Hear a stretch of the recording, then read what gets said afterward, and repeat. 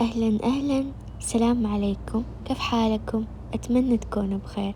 بفيديو اليوم بشارككم وصفة حل الأوريو. تحمست أجربه لما شفته بتيك توك. متابعيني بالسناب كمان طلبوني أجربها. في البداية اضغطوا على زر اللايك واشتركوا بقناتي إذا مو مشتركين وفعلوا جرس التنبيهات عشان يوصلكم كل جديدي. نبدأ بالمقادير. الحلا عبارة عن 3 طبقات.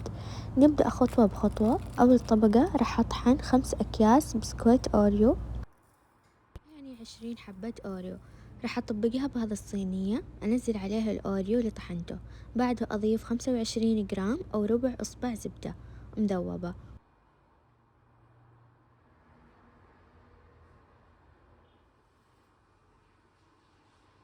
وملعقتين كبيرة حليب وأخلط وأساويه بالصينية.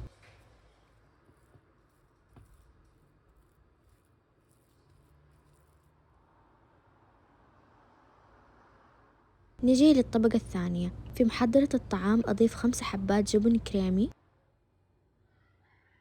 وأنزل عليه علبة قشطة، وراح أضيف ظرف دريم ويب وظرف كريم كراميل. بعده أضيف 3 ملاعق كبيرة حليب مكثف محلى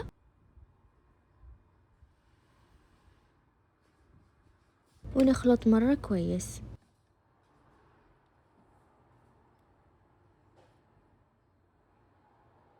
أنزل الخليط بالصينية وأساويه مرة كويس، بعد أدخله الفريزر تقريبا 10 دقايق بس يتماسك شوي.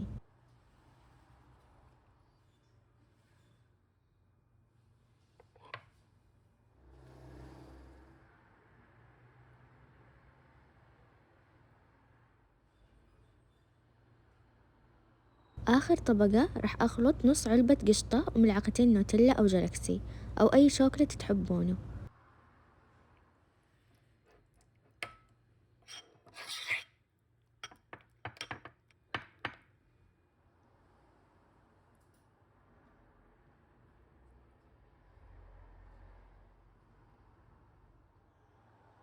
وآخر شي أضيف قطع الأوريو. طبعا فصلت الحبة عن بعض وبس أدخله الفريزر من 2 ل3 ساعات. وهنا بعد ما طلعته من الفريزر كان صعب أطلعه من الصينية، الطبقة اللي تحت جمدت كثير، فضل طلعونها بفترة بس يسخن شوي وتاكلونه. تقييمي له بصراحة 8/10. هو لذيذ بس تمنيت اني اضيف جالكسي او لوتس او كندر، احس بيطلع ألذ بكثير، يمكن لاني ما احب النوتيلا كثير. المهم هذا كان فيديو اليوم، أتمنى عجبكم. لا تنسوا اللايك والاشتراك بالقناة وفعلوا جرس التنبيهات عشان يوصلكم كل جديدي. وبس، شكرا على المشاهدة.